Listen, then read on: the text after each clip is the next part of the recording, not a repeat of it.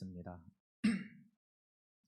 할렐루야. 사랑의 하나님, 은혜에 감사합니다. 한 주간을 지켜주시고 거룩한 복된 주일, 주님 앞에 온전한 예배자로, 또한 오후 예배 기쁨과 감격의 찬양으로 고백하게 하시니 감사합니다. 이 찬양의 고백이 땅에 떨어지지 아니하고 주님 앞에 상달되게 하여 주사, 언제나 은혜의 물결 속에 우리가 동참하여 기쁨과 감격의 삶을 누릴 수 있도록 역사하여 주시옵소서. 우리 고사리 같은 손을 붙잡으사 은혜를 넘치게 하여 주시고, 우리의 마음속에 염려함과 나쁨이 있으면 그 모든 걸 사해 주사 평강이 넘치게 하여 주시옵소서. 이 시간 부족한 종이 주의 말씀 붙잡고 섰사오니 온전히 하나님의 말씀만 전하게 하여 주시고, 그 말씀을 듣는 온 성도 같은 마음으로 하나님께 영광을 돌리는 귀한 시간 되게 하여 주옵소서. 예수님 이름으로 기도합니다. 아멘. 할렐루야. 귀한 찬양 너무나 감사합니다. 마지막 우리 은혜란 찬양에 너무 은혜를 많이 받았습니다. 우리가 살아갈 수 있는 것, 이 자리에서 하나님께 예배할 수 있는 것은 모든 것이 다 하나님의 은혜일 줄 믿습니다. 모든 것이 하나님의 섭리하에 우리는 이 자리에 섰고, 주님의 계획 가운데 우리가 주님을 바라보고 십자가 아래 십자가 사역을 감당하게 될 줄 믿습니다. 지금 세상은 혼탁하고 어렵다고 말을 하고, 우리가 정말 어디에 마음을 들일지 모르는 상황에 놓여 있지만, 정계뿐만 아니라 지금 들려오는 안타까운 소식, 또한 이 산불 외 수많은 인명피해와 사건을 통해서 우리가 봐야 될 것은, 이 세상의 문제 전에 하나님 앞에 우리는 어떻게 서 있는지, 하나님 말씀 가운데 우리가 승리할 때 우리가 동참하여 하나님 나라를 세우게 될 줄 믿습니다. 그 일에 우리가 동참하며 오늘의 예배를 온전히 주 앞에 드리기를 소망합니다. 우리 옆 성도님들과 인사 나누겠습니다. 우리 오전에 우리가 나누었죠. 우리 옆에 성도님들과 샬롬, 우리 성도님들과 인사 나누겠습니다. 샬롬. 집사님 샬롬. 네. 이 샬롬이란 뜻이 무엇입니까? 차강수 권사님 샬롬 오늘 아침에 배웠잖아요. 샬롬, 안녕, 평안하십시오, 그런 뜻입니다. 맞죠? 맞습니다. 주 안에서 평안하세요, 주 안에서 승리하길 바랍니다는 뜻이 샬롬입니다. 스펄전 목사님이 안식 없는 인류를 이렇게 묘사했습니다. 오 피곤에 지친 아담의 자녀들이여, 그대들이 하늘에서는 땅을 경작할 필요가 없을 것이다. 그대들은 해가 뜨기도 전에 일어나 종일토록 수고할 필요가 없을 것이고, 해가 진 후에도 오랫동안 일할 필요가 없을 것이다. 그렇게 하지 않아도 그대들은 평안하고 무사할 것이고 안식을 누릴 수 있을 것이다. 수고, 고통, 고생 같은 단어들은 하늘에서 사용되지 않기 때문이다. 하늘에는 항상 안식만 있습니다. 그런데 이러한 평안을 그리스도인은 이 땅에서도 누릴 수 있다고 성경은 말하고 있습니다. 어느 나이 많은 그리스도인이 있었어요. 그 그리스도인은 자신의 삶과 구원에 대해서 별로 확신이 없었습니다. 어느 날 그는 결핵으로 죽은 한 젊은 여인을 방문하게 되었고, 그 여인을 보는데 마음에 좌절감이 있었습니다. 그 이유는 그녀에게는, 그녀의 얼굴에는 평안이 가득했기 때문입니다. 반면 자신은 염려하고 불안했던 걸 보고 스스로 좌절했던 것이지요. 그래서 그 나이 많은 그리스도인은 그 처녀에게, 젊은 아가씨에게 질문을 합니다. 어떻게 그런 평안을 가질 수 있습니까? 그때 그녀는 이렇게 대답했다고 합니다. 내게는 걱정이 없습니다. 그리스도께서 보혈로 내 죄를 깨끗하게 씻어 주셨으며 지금도 날마다 씻어 주신다는 걸 믿기 때문입니다. 나의 모든 삶은 주님 손에 있기 때문입니다. 그래서 모든 걸 주님께 맡길 수 있습니다. 할렐루야. 바로 우리가 그런 믿음이 있어야 될 줄 믿습니다. 나의 모든 삶이 주님 손에 있습니다. 그렇기 때문에 그리스도인은 두려울 것이 없고 염려함이 없습니다. 이것을 믿는 자에게는 은혜가 평강이 넘치나, 이것을 믿지 못하고 두려워하는 자는 항상 좌절과 낙심 가운데 살아갈 수밖에 없다는 것이죠. 바로 우리 그리스도인들은 바로 성경 안에서 말씀으로 회복되어 이 평안이 우리에게 임할 줄 믿습니다. 그렇다면 그리스도인들은 세상과 달리 아픔도 슬픔도 고난도 역경도 없는 그런 행복한 삶을 살아가고 있습니까? 행복한 일만 즐비할까요? 제가 아까 점심시간에 지경순 권사님이 쌀을 옮겨달라고 젊으신 분이 있다면 얘기하시더라고요. 그래서 제주에 지금 젊은 사람이 없습니다 라고, 제가 제일 젊은데요 라고 하니까 지경순 권사님이 저한테 하신 얘기가, 목사님 어깨 다치셨잖아요. 그러면서 저한테 말씀을 안 하셔서 제가 마음속 한편으로는 얼마나 좋았는지 몰라요. 그런데 어찌됐건 간에 쌀 한 포대를 가지고 왔고, 그리고 이 장현수 집사님이 한 포대, 또 전도사님이 또 한 포대, 이렇게 해서 옮기셨어요. 맞습니다. 우리는 다 이렇게 얼굴이 평안하고 행복해 보이지만 각자의 삶 속에 어떻게 보면 질병도, 어떻게 보면 경제적인 아픔도, 남들에게 말하지 못하는 고통 가운데도 있을 수 있습니다. 그럼에도 우리가 평안할 수 있는 것은 바로 우리가 주 안에 있기 때문입니다. 하나님의 영이 우리 백성들에게 임하였기 때문에 우리는 평안할 수 있습니다.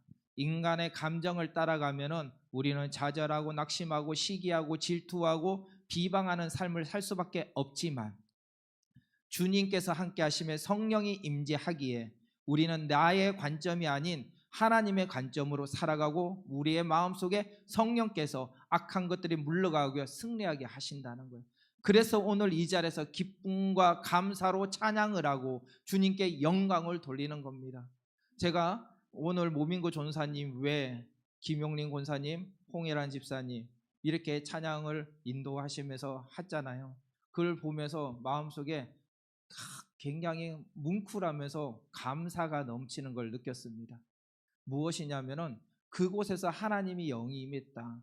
실력과 또한 그것을 비례하는 걸 떠나서 하나님의 광채가 그들 속에서 드러났고, 하나님은 작은 것에 순종하며 드려지는 그 모습에 주님은 기뻐할 뿐만 아니라 그 기쁨이 전이 되어 우리가 이곳에서 주님께 영광으로 올 찬양을 드릴 수 있다는 거예요. 우리와 하나님과 관계는 벽으로 인하여 막혀 있는 게 아니라 이 이격을 넘어, 벽을 넘어 우리는 하나님과 함께 할 수 있음을 저는 찬양을 통해서 보게 되었어요. 그리고 마지막 찬양, 은혜, 모든 것이 은혜란 것을 깨닫게 된 것이지요. 그러면서 제가 하는 일에 대해서 작은 것에도 정말 열심으로 하나님을 따라 하나님의 음성을 듣고 그 길을 감당했다는 생각을 하게 되었습니다. 오늘 우리가 읽은 빌립보서는 기쁨의 서신이라고 합니다. 사도 바울이 제2차 전도 여행 때 드로아에서 마게도냐의 환상을 보게 됩니다. 그래서 마게도냐로 넘어가 네아폴리에서 결국은 빌립보에 도착을 하게 되었는데, 이 빌립보에는 두 가지의 이 별명이 있었어요. 그 하나 별명이 뭐냐면 군인들의 도시이고, 또한 작은 로마라고 일컬었습니다. 로마의 식민지로서 헬라 문화와 종교에 지대한 영향을 받은 곳이 바로 이 빌립보였던 것이죠. 빌립보는 이집트의 신, 그리스의 신 아폴로와 주피터, 제우스, 또한 로마 황제를 섬길 뿐만 아니라 문화적으로는 또한 경제적인 모습을 통해서는 로마 제국의 건설한 국제 포장도로인 비아 에그나티아가 지나가는 위치에 있었기 때문에 상업과 교통의 요충지였습니다. 이 빌립보에는 과거에 한 큰 전투가 있었는데, 그 전투가 빌립보 전투라는 것입니다. 빌립보 전투는 우리가 잘 알고 있는 시저 아시지요? 율리아스 시저를 암살한 브루투스와 카시우스 부대가 옥투비노아스와 안티니우스 연합군 사이의 전쟁을 말합니다. 이 전쟁에서 시저를 암살한 이 부대는 패전하고 안토니 부대가 승전보를 올리게 되었어요. 그리하여 이 안토니는 이 전쟁을 기념하기 위하여 이탈리아에 주둔하는 500여 명의 바로 퇴역 군인들을 이곳으로 모으게 했고, 그리하여 군인들의 바로 도시라고 일컫게 됩니다. 그러다 보니 대부분이 로마 시민권자들로 채워졌고 특권을 누리며 살았던 것이지요. 행정을 자유롭게 할 수 있는 권리와 책임이 있었고 황제에게 공물도 바치지 않았던 것이 바로 이 빌립보입니다.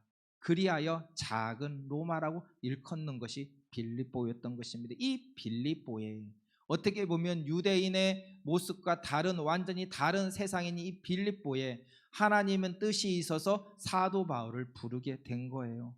그리고 그날 역시 사도 바울이 안식일 날 복음을 전하기 위해서 유대인들의 회당을 찾았지만 회당이 없었던 것이지요. 그리하여 결국은 강가에 있는 곳에서 기도처를 찾다가 우리가 너무나 잘 알고 있는 자색옷감 장사인 바로 루디아를 만나게 되었고, 그곳에서 선포하고 그리고 그곳에 세례를 주며 바로 빌립보 교회의 시작을 알리게 됩니다. 열방을 향한 하나님의 비전이 비로소 이루어진 놀라운 역사의 장이 바로 이 작은 것에서부터 시작된 겁니다. 우리가 생각했던 것은 1 더하기 1은 2가 되어야 되고 그렇게 해야 되고 큰 것만을 바라보지만, 하나님은 큰 것을 세상의 관점에서 큰 것이 아니라 작은 것에서 의외의 곳에서 하나님은 계획하셨고 더 큰 꿈을 꾸고 열방을 향한 선포를 위해 루디아를 만나게 했던 거예요. 오늘 우리가 1시 반에 다 모여가지고 비전 트립을 계획하고 기도했습니다. 그것은요, 그냥 그 일본이란 곳에 놀러 가기 위해서 우리가 시간이 많으니까 그곳에 시간을 보내기 위해서 가는 것이 아니에요. 하나님께서 일본을 향한 열방을 향한 비전이 있었기에 우리는 그것에 동참하였고, 그곳에서 우리 교회를 통해서 더 큰 사역, 지금은 일본이지만 더 나아가 전 세계의 방방곡곡에 죽어가는 영혼들을 선포하고 살리기 위해서 시작하는 바로 초석이 바로 오늘의 시간이 되었을 줄 믿습니다. 그 시간이 바로 빌립보 교회였던 것입니다. 이렇게 교회를 세우고 난 뒤 사도 바울은 제3차 전도 여행 때 이 에베소에서 3년간 머물게 되었는데, 그 3년간 머물면서 감옥에 수감이 됩니다. 근데 그곳에서 들려왔던 소식이 있었어요. 내가 세웠던 교회, 아름다운 교회, 정말 뜨거운 열정과 정열이 있는 교회, 그 교회에 이단들이 들어왔고 미혹하고 성도들 간의 갈등으로 교회가 지금 무너지기 직전이라는 얘기를 듣게 된 겁니다. 그리하여 그곳에서 글을 썼는데 그 글이 바로 옥중서신이라는 거죠. 오늘 본문 1장 12절 13절에 보니, 형제들아 내가 당한 일이 도리어 복음 전파에 진전이 된 줄을 너희가 알기를 원하노라. 그러므로 나의 매임이 그리스도 안에서 모든 시대 앙과 그 밖의 모든 사람에게 나타나니라고 지금 서문을 열고 있습니다. 사도 바울은 지금 감옥에 갇혀 있지만 그 가운데 성령의 운행하심으로 복음이 증거되고 있다라고 말하고 있습니다. 모든 일에는 순서가 있고 하나님의 섭리가 있습니다. 특히 주의 백성들의 삶은 주께서 주관하고 계신 걸 믿기를 소망합니다. 어떤 것은 주님이 주관하시고 어떤 것은 주님이 주관하지 않는다라고 말을 한다면 그것은 굉장히 믿음에 대해서 자신 스스로 되돌아봐야 될 문제입니다. 우리가 주 안에 속했으면 주님의 인도하심을 따라 우리가 그 길을 가야 되는 것이죠. 근데 나의 감정이 먼저 앞서 그것을 차단하고 막는다면 그것이 정말 하나님이 원하시는 걸까 생각을 해봐야 된다는 겁니다. 로마 시민권을 가진 사도 바울은 이곳에 하나님의 은혜로 감옥에 갇혔지만 그곳에서 마지막 복음을 전하고자 했던 그 로마에서 수감된 상태에서 이 노예까지 복음을 전하게 될 뿐만 아니라 로마의 황제 가이사에게까지 복음을 전하게 됩니다. 참새 한 마리도 땅에 떨어지거나 팔려오는 것 없다고 말을 해요. 모든 것이 하나님의 섭리 가운데 있다고 말합니다. 이처럼 사도 바울을 비롯해 하나님의 택함받은 성도들의 삶과 인생은 하나님의 크신 주권 가운데 붙잡혀 있는 걸 믿으시기를 바랍니다. 혹시 이 자리에 예배할 때 나는 왜 이래? 라고 염려하고 불평하시는 분들이 있습니까? 저도 그렇습니다. 저도요. 저도 목사이지만 항상 염려하고 불안에 떨고, 저는 제 와이프가 그래요. 매일 잠도 잘 자고 걱정 하나 없는 얼굴로 살아간다고. 근데 제가 제 와이프한테 그렇습니다. 나라도 걱정 없겠냐? 어떻게 밥 먹을까? 어떻게 잠잘까? 이런 것부터 걱정이 된다 라고 한 말 말한 적이 있어요. 맞습니다. 겉으로 볼 때는 염려함이 없고 걱정이 없는 사람이라 할지라도 모든 사람은 걱정할 수밖에 염려할 수밖에 없지만 우리가 주 안에 있기 때문에 우리는 염려를 이겨낼 수 있고 걱정을 이겨낼 수 있고 마음이 평안할 수 있는 것입니다. 우리의 삶과 운명은 누구에게 달려 있느냐? 바로 하나님께 달려 있다는 겁니다. 성도가 경험하는 모든 고난과 고통에는 절대 헛되고 낭비되는 것이 없습니다. 하나님은 이 모든 것들을 사용하셔서 우리 애들에게 유익하게 하시고 하나님의 선하신 뜻을 이루게 하신다는 겁니다. 오늘 말씀을 통해 분열과 절망과 방황 속에 있는 자들이 있다면 다시 연합하시고, 주의 일에 헌신하는 자들이 있다면 주님이 주시는 성령의 기쁨과 감격으로 더 큰 일을 감당하길 주님의 이름으로 축원합니다.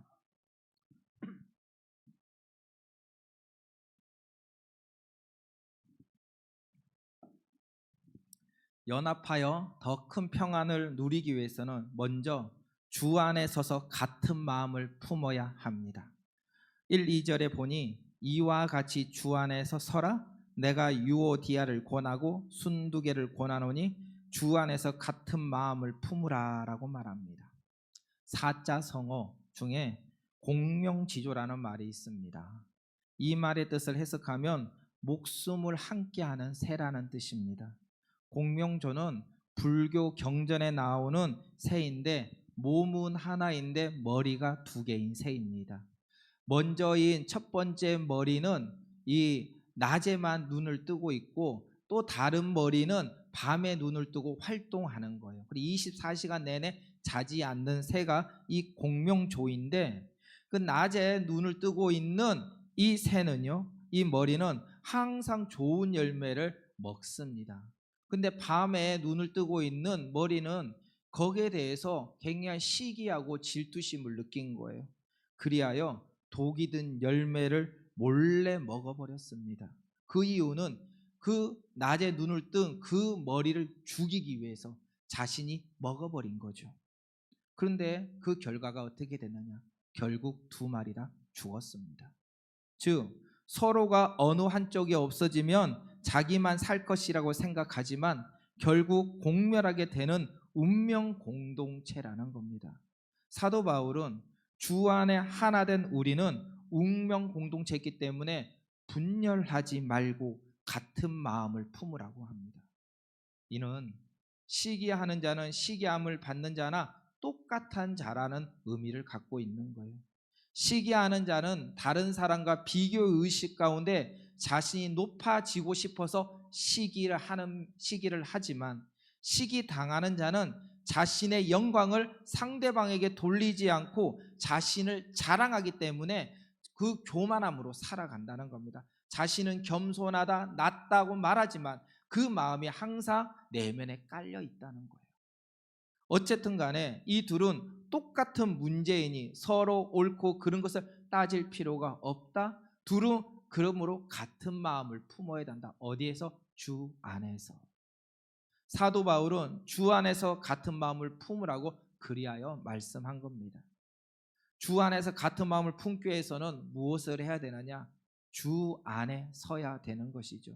주 안에서 서라는 말은 주님과 깊은 사랑의 관계를 맺어야 된다. 먼저 주님과 나의 관계가 회복이 되어야 한다는 것을 말하고 있습니다. 포도나무에 가지가 꼭 붙어 있듯이 우리가 누구에게 붙어 있었느냐면 주님께 붙어 있어야 한다는 겁니다. 그리할 때 형제 관계도 회복이 되고 견고해진다고 말하고 있는 것이죠. 주님을 사랑해야 빌립보 성도들은 주 안에서 서로 사랑하고 사모하고 기뻐하며 자라갈 수 있는 겁니다. 우리 신명중앙교회 성도님들이 그 은혜가 임하기를 원합니다. 어느 교회, 우리 교회, 우리나라에 있는 7만 교회 어느 교회라도 다 시기하고 질투심을 갖고 살아갈 수밖에 없을 겁니다. 그럼에도 하나님은 그 가운데 말씀으로 협력하여 선을 이루라고 말하고 있는 것이에요. 그리할 때 비로소 마음의 평안이, 교회의 평안이, 세상의 평안이 임하게 될 거라고 합니다. 그 은혜가 임하길 주님의 이름으로 축원합니다.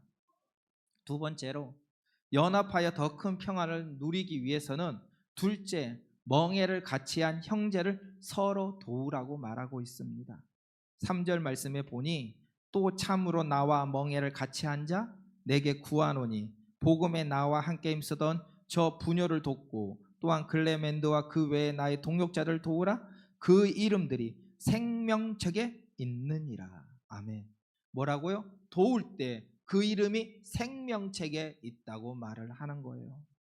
사도 바울은요, 오늘 이 3절에 서로 도우란 말을 2번이나 지금 반복하고 있습니다. 이는 적극적인 마음으로 봉사의 자세를 가지라는 거예요.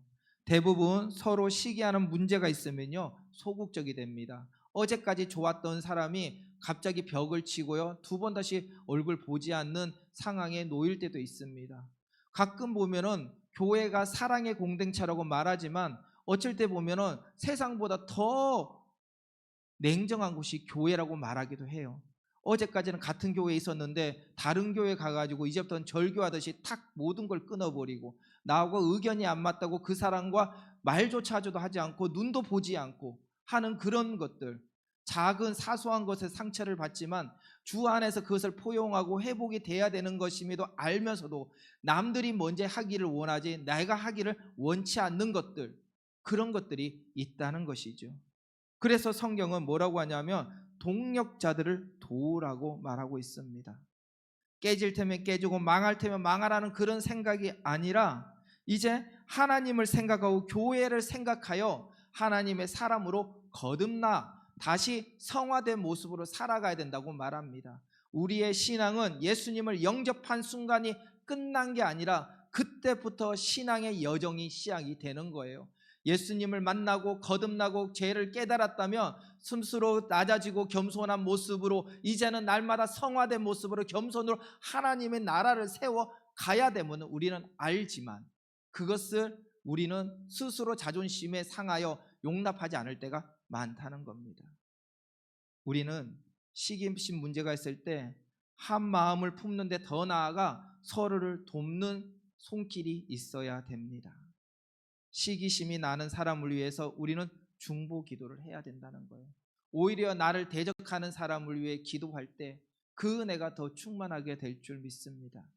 서로가 서로를 그렇게 위로해 줄 때 비로소 서로가 하나가 될 수 있는 거예요. 더 평안을 누릴 수 있습니다. 그렇다면 우리가 왜 이렇게 서로를 도와주어야 되느냐? 성경에 보니까 멍에를 같이 하던 자, 함께 힘쓰던 자, 바로 동력자이기 때문입니다. 멍에를 같이 한다는 말은 주의 일을 같이 하는 겁니다. 같은 비전을 보고 같은 곳을 달려가는 사람들이기 때문입니다. 한 방향으로 나갈 때 같은 걸음으로 나가기 때문입니다. 그렇다면 어떤 이는 조금 나보다 연약한 자가 있을 수 있고 어떤 분은 나보다 더 신실한 분이 있을 수도 있겠지요. 그러면 나보다 연약한 자를 내가 손을 붙잡고 또한 나보다 신실한 자가 나의 손을 붙잡고 함께할 때 더 풍성한 은혜를 누리게 되는 거예요. 우리는 그 동력자로서의 다시 사명감을 갖고 사랑하며 살아가야 될 줄 믿습니다. 연합하여 더 큰 병을 누리기 위해서는 세 번째로 항상 기뻐하고 관용한 삶을 살아가야 됩니다.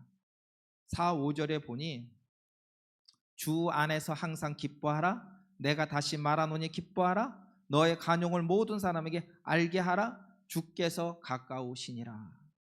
바울은요, 형제들이 하나가 되기 위해서는 기뻐하고 관용하라고 말합니다. 기뻐한다는 것은 나 자신과의 관계 속에서 나오는 겁니다.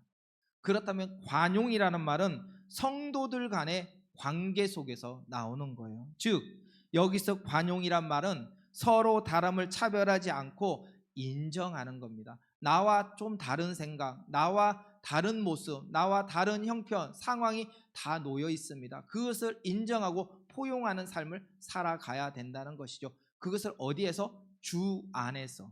많은 사람들이 관용이란 표현을 할 때 그렇기 때문에 이단들 뭐들 뭐 다 포용하고 같은 형제 자매라고 말을 오해할 수도 있는데 그것은 잘못된 거예요. 주 안에서 근거를 붙이고 거기 안에서 우리가 소용하고 포용하고 관용한 삶을 살아야 된다는 겁니다.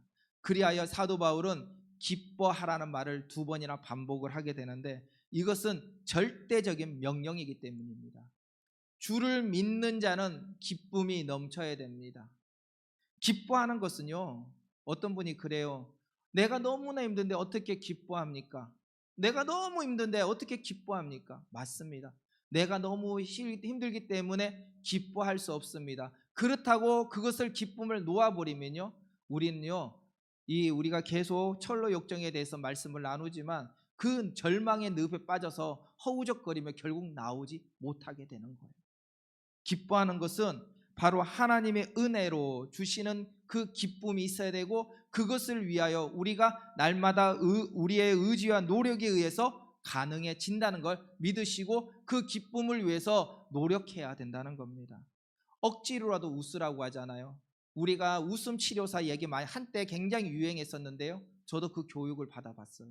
웃음 치료사를 하는데요, 그래서 억지로 웃고 특별히 손바닥을 하루에 손뼉을 300번 이상 치면은 혈액순환이 좋고 건강해진대요. 얼마나 좋은지 모릅니다. 평상시에 우리 모든 성도님들도 항상 웃으시고 손뼉을 많이 치십시오. 근데 여기에는 그만큼 노력을 할 때 어느 순간에 내 몸에 배어 있다는 거예요. 개그맨들이나 유명인들이 항상 웃을 수 있는 이유가 무엇이냐? 영업인들이 어떤 책에서 봤는데, 영업 마케팅을 하기 위해서 몇 시간씩 연습을 하냐면 아침부터 저녁 잠잘 때까지 항상 볼펜을 끼고 웃는 연습을 한대요. 그러면 내 감정을 넘어서 웃음이 나오고 상대방에게 그것이 전달이 되어 그 사람이 이 물건을 사게 되고 함께 할 수 있는 공동체가 된다고 말합니다. 다시 말하자면 절망을 통해서 자꾸 안 된다고 하면은 우리는 불평의 사람으로 끝나버리고 말지만, 기쁨과 감격에 감사함으로 우리가 억지로라도 고백을 할 때 그곳에 하나님의 임재가 임하여 우리는 정말 기쁨과 감격의 삶을 살 수 있는 겁니다. 사도 바울 지금 형편이 어떻습니까? 지금 감옥에 잡혀 있습니다. 우리가 생각하는 감옥, 요즘처럼 구치소, 잘 돼 있는 구치소가 아니에요. 흙으로 돼 있고 먹을 것도 없습니다. 그곳에서 매도 맞고 굉장히 힘듭니다. 그런 상황 속에서 이 사도 바울은 기쁘다고 말을 해요. 어떻게 기뻐할 수 있을까요? 그것은요, 사도 바울이 주 안에 있기 때문입니다.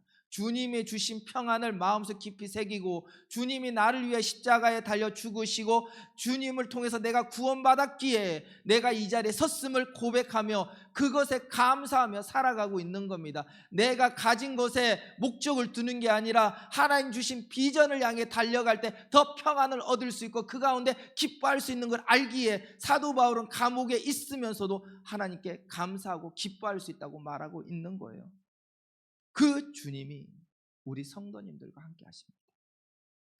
이 예수님이 존재 자체로, 그러므로 우리는 기뻐해야 되고, 예수님이 주시는 힘으로 우리는 기뻐할 수 있으며, 주님의 뜻이 이루어지는 것으로 우리는 기뻐할 수 있습니다. 우리가 십자가를 진다는 게 무엇일까요? 내 의를 위해서, 내 목적을 위해서 지는 게 십자가가 아니지요. 하나님의 나라와 의를 위하여 지는 게 십자가라고 말합니다. 다시 말하면 하나님의 뜻과 비전을 향해 나갈 때 그 힘을 누가 주시느냐? 하나님이 주신다. 우리의 마음속에 염려함도 하나님이 물리쳐 주시고 기뻐할 수 있는 힘도 주신다고 말하고 있는 거예요. 그렇기 때문에 우리는 기뻐하기를 소망하고 기쁨의 자리에 나가며 불평과 불만의 목소리를 내는 게 아니라 기쁨의 목소리를, 감사의 목소리를 내기를 주님의 이름으로 축원합니다. 이렇게 기뻐할 수 있으면, 나와의 관계 속에 있는 기쁨이 넘치게 되면 이제 아까 말했던 다른 사람과의 관계, 관용의 문제가 해결이 되는 거예요. 관용은 나와 생각이 다른 사람을 관대하고 용납한다는 겁니다. 즉 넓은 마음으로 포용한다는 거예요. 이것은요, 옳고 그름을 넘어서 그 이상을 바라본다는 것이죠. 혼자 가면 빨리 가고 같이 가면 멀리 간다는 말이 있어요. 즉 나는 연약하지만 내 목적을 위해서 지금 달려가면요, 당장 눈앞에 있는 것은 취할 수 있을지 몰라도 더 큰 것을 바라볼 수 없어요. 하나님은 그것을 이루기 위해서 이 땅에 오셨고, 예수님이 그 일을 감당하기 위해서 제자를에게 말씀을 선포하게 하셨고, 지금까지도 그 은혜로 말미암아 전 세계에 복음이 들어가고 있는 겁니다. 우리가 다른 사람에게 관용을 베풀기 위해서는 내가 먼저 나의 내면의 기쁨을 찾아야 됩니다. 기쁨이 있어야 넓은 마음을 품을 수 있는 것이죠. 우리가 기쁨이 있으면 마음이 너그러워지고 바로 용납하게 됩니다. 그러므로 우리는 항상 기뻐하며 서로를 용납하기를 주님의 이름으로 축원합니다. 네 번째로 연합하여 더 큰 평화를 누리기 위해서는 평안함에 하나 되라는 말입니다. 6, 7절의 말씀에 보니 오늘 우리가 읽었던 말씀이죠. 우리 한 목소리를 같이 한번 읽어볼까요? 시작. 아무것도 염려하지 말고 오직 모든 일에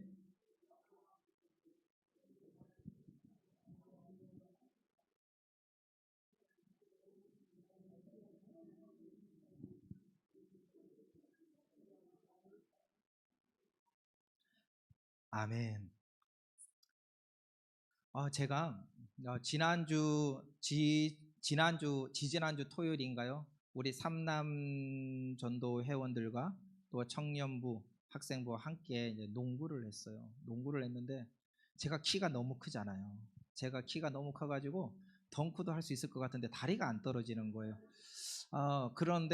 근데 같이 함께 하셨던 분들이 저보다 키가 한 뼘씩 다 큰 거예요. 그래가지고 이걸 어떻게 해야 되나 해가지고 저 멀리서 관망만 하고 패스만 했습니다. 근데 그게 굉장히 주요했던 것 같아요. 만약에 제가 실력도 안 되는데 무리하게 파고들었으면 우리 팀이 100% 졌어요. 물론 우리 팀 졌습니다. 우리 팀 졌는데 그것은 저 때문에 진 건 아닌 것 같습니다. 그러나 졌어요. 졌는데요. 그런데 그 시합이 비등비등하면서 굉장히 재밌게 되었어요. 뭐냐면요, 각자에 맞는 달란트대로 자기가 소요대로 활용을 하고 같이 함께 할 때 이기고 짐을 떠나서 오랜만에 너무나 20대로 돌아간 느낌, 10대로 돌아간 느낌이 있었습니다. 제가 20대 때 한창 유행했던 게 길거리 농구 대회가 유행했었습니다. 그때 길거리 농구 대회 가서 제가 덩크도 하고 막 그랬는데 아무도 믿질 않겠지만 그러니까 즐거운 시간을 이번에 다시 한번 생각하게 됐죠. 그것이 바로 그 마음 다시 초심으로 돌아간다는 게 굉장히 귀한 거라는 걸 다시 한번 깨닫게 되었어요. 우리가 주 안에서 평안하라 말을 하는데 그 평안하기 위해서는 어디에 있어야 되느냐? 내 마음속에 염려함, 슬픔을 가셔야 돼요. 모든 걸 주님께 맡겨야 됩니다. 하나가 되기 위해서는 사도 바울은 이렇게 얘기합니다. 나와의 관계 속에서 먼저 슬픔을 극복하라. 그리고 염려를 극복하라. 그리고 평안하라고 말하고 있어요. 염려를 극복하기 위해서는요, 무엇이 필요할까요? 주 안에 바로 서서 주님과 나와의 관계를 회복을 하되, 그것을 어떤 방법으로 하느냐? 성경에 보니까 아무것도 염려하지 말고 기도하라 라고 말을 해요. 우리 삶에는 끊임없는 염려가 있습니다. 우리는 과거에 자신의 잘못한 것에 나쁜 결과를 염려하고요, 또한 앞으로 닥칠 일에 대해서 부정적으로 염려하고요, 내 뜻대로 되지 않을 것에 염려하고요, 다른 사람들의 눈을 염려하고요, 맡긴 사람을 믿지 못해 염려하고, 자신의 명예가 떨어질까 염려하고, 자연적인 문제, 지금 문제로 인해서 모든 문제를 염려하며 살아가게 됩니다. 이런 모든 염려를 성경은 뭐라고 말하냐면 주께 맡기라 라는 거예요. 우리는 모든 것이 다 내 뜻대로 되는 것이 아님을 알아야 됩니다. 모든 것은 하나님의 선하신 주권대로 이루어지는 겁니다. 수요일 날 전도 세미나로 안홍기 목사님을 모셨습니다. 근데 안홍기 목사님 말씀을 듣는 중에 이런 말씀을 하시더라고요. IT에 가게 되었는데 그 IT가 30만 명 그때 지진으로 죽게 되었어요. 근데 이것을 다시 말하자면은 그로 인해서 그 목사님이 IT를 가게 된 계기가 있었지만, 반면 30만 명인의 그 인명피해를 입은 그 사람들은 무슨 죄냐 이거예요. 다시 말하자면 내가 열심히 한다고 해가지고 내가 항상 건강할 거 아니고, 또 내가 물질을 많이 모은다고 해서 다 내 것이 아니고, 내가 가정 행복 외친다고 해서 그 행복이 이루어지는 건 아니더라. 주 안에 바로 서서 염려를 떨치고, 그리고 하나님이 원하시는 모습대로 협력하고 선을 위해 동력자로 살아갈 때, 그것이 어떻게 보면 작은 가정의 공동체, 직장의 공동체, 교회의 공동체, 이것이 이루어진다는 거예요. 인명생사, 이것은 우리에게 달려있는 게 아닙니다. 하나님께 달려있는 거예요. 그렇다면 지금 내가 해야 될 일이 무엇인가를 바라보고 그것을 최선을 다하며 살아가야 된다. 염려하기보다는 최선의 일을 해야 된다는 겁니다. 스피노자가 이런 얘기를 했지요. 지구가 멸망하더라도 내일 사과나무를 심겠다. 즉 오늘 내가 해야 될 일을 내가 한다는 거예요. 그리하면 그 가운데 하나님의 비전 가운데 하나님의 나라가 세워지고 하나님이 원하는 열매를 맺게 하신다는 겁니다. 그리하여 사도 바울은 이 염려를 주께 맡기고 그것을 하나님이 원하는 대로 우리가 그 길을 순종하기를 소망한다고 말하고 있는 겁니다. 사도 바울은 하나님께 맡기는 표시로 아까 조금 전에도 말씀드렸지만 기도와 간구를 말하고 있습니다. 왜냐하면 기도를 통해서 하나님의 뜻을 알게 되는 거예요. 또한 나의 간구를 통해서 하나님의 뜻이 하나님 나라가 확장되기 때문입니다. 기도는요 믿음의 표시예요. 내가 믿기 때문에 기도할 수 있는 겁니다. 기도란 무엇입니까? 될 줄 믿고 고백하는 게 기도라는 거예요. 되지도 않고 안 됐고 그런 반반의 모습으로 살아가는 게 아니라 하나님이 하시게 될 걸 믿습니다. 하나님이 때려 이루어질 걸 믿습니다. 고백하는 겁니다. 이 감사란 기도가 응답될 때 이루어지는 거예요. 그 응답은 우리의 관점에서 응답이 아니라는 것을 우리가 분명히 아셔야 됩니다. 분명히 제가 저번에도 작년에 말씀드렸지요. 제가 한창 은혜 받을 때 하나님께 기도했어요. 하나님은 응답하시는 하나님 줄 믿습니다. 100일 작정 기도를 하면서 제가 키 10cm만 더 키워주세요. 확 했는데 100일 끝났는데 하나님이 막 꿈에서 환상을 보여주셨어요. 맑은 물에서 응답을 받은 느낌을 받았습니다. 근데 다음날 눈을 뽑으니까 키가 1cm도 안 자랐어요. 그래요. 사도 바울에게 말했던 것처럼 내게 족하다. 하나님 우리에게 주신 것에 족함을 알고 감사함, 그것도 응답인 걸 믿고 우리가 나가야 된다는 것이죠. 그것을 인정하지 못하면 우리는 좌절할 수밖에 없어요. 우리는 낙심할 수밖에 없어요. 사회에서 배제될 수밖에 없어요. 그러나 그것이 모든 주의 주권 아래에 있다는 걸 믿게 되면 우리는 자유할 수 있습니다. 비로소 우리는 소리를 낼 수 있고요. 비로소 우리는 기뻐할 수 있습니다. 제가 어저께 장례식장을 갔는데요. 저희 친척네에 갔어요. 혹시 몰라서 예배를 준비하고 갔는데 제가 이제 물어봤습니다. 예배를 인도해 드릴까요? 예, 물어봤더니 이렇게 말하면 네 이렇게 나와야 되는데요. 거기서 그래요. 아니요. 여기는 다 불교라서 안 됩니다. 그런 얘기를 해요. 여기 그러면서 소개를 이렇게 해요. 우리 목사님인데 아는 목사님인데 식사하고 가면 될 거예요. 하면서 저쪽으로 이렇게 돌려보내더라고요. 상처가 굉장히 됐어요. 그럼 말을 한마디도 못하고 그냥 왔어요. 근데 그곳에서 내가 오면서 내가 느낀 게 뭐냐면 내가 자유하지 못하구나. 사람의 상황과 형편과 다 다른데 나는 나를 드러내기 위해서 어찌 보면 나를 드러내기 위해서 내가 지금 포장하고 있었구나 라는 걸 깨닫게 되었습니다. 내 직위, 내 위치가 중요한 게 아니라 나는 어떤 사람으로 살 것이며 앞으로 그분들에게 어떤 영향력을 끼쳐야 되는가가 더 중요한데 나는 지금 당장 나를 드러내기 위해서 살아가고 있구나 라는 걸 깨닫게 됩니다. 어찌 보면 저는 더 큰 것을 보게 되었습니다. 그래요. 하나님은 그렇습니다. 우리 성도님들에게 기대하는 건 하나님 나라가 열방이 세워지고 하나님 나라가 세워지고 확장되기를 원해요. 근데 그 확장되고 세워지고 평안하는 게 어디서도 시작하느냐? 바로 나부터, 우리 가정부터, 우리 교회부터, 우리 사업체부터 시작되는 거예요. 그러기 위해서 내가 주님과 함께함을 경험해야 한다는 겁니다. 결론을 맺겠습니다. 연합하여 더 큰 평안을 누리기 위해서는 우리가 하나 되어 사랑의 공동체를 만들기 위해서는 주님 안에 사랑하는 형제 자매라는 것을 인식해야 합니다. 그리고 예수님 안에서 같은 마음을 품어야 합니다. 서로 돕고 서로 기뻐하고 감사함으로 기도하는 가운데 마음의 평안을 누리며 관용할 수 있는 겁니다. 서로 상처받을 때 그것을 나의 문제로 생각하고 인격적으로 영적인 성숙의 계기로 삼아야 되는 겁니다. 그때 우리는 사랑의 공동체를 만들 수 있습니다. 비로소 주 안에서 평안할 수 있는 것이죠. 우리 성도님들, 제가 다 마지막으로 질문을 드리겠습니다. 우리 성도님들은 염려함이 없으십니까? 슬픔이 없으십니까? 아마 다 있을 거예요. 그런데 제가 이 자리에서 서서 우리 성도님들의 얼굴, 참고로 제 눈은 잘 보이지 않습니다. 침침해요. 그런데 우리 성도님들의 얼굴을 보면요, 뭐냐면 광채가 나요. 아까 찬양을 드렸던 정말 귀한 사역자들 통해서 하나님 영광을 돌릴 때 광채가 나듯 하나님이 영한 우리 성도님들에게 하나님의 광채가 나타납니다. 그것은 어느 누구도 부인할 수 없어요.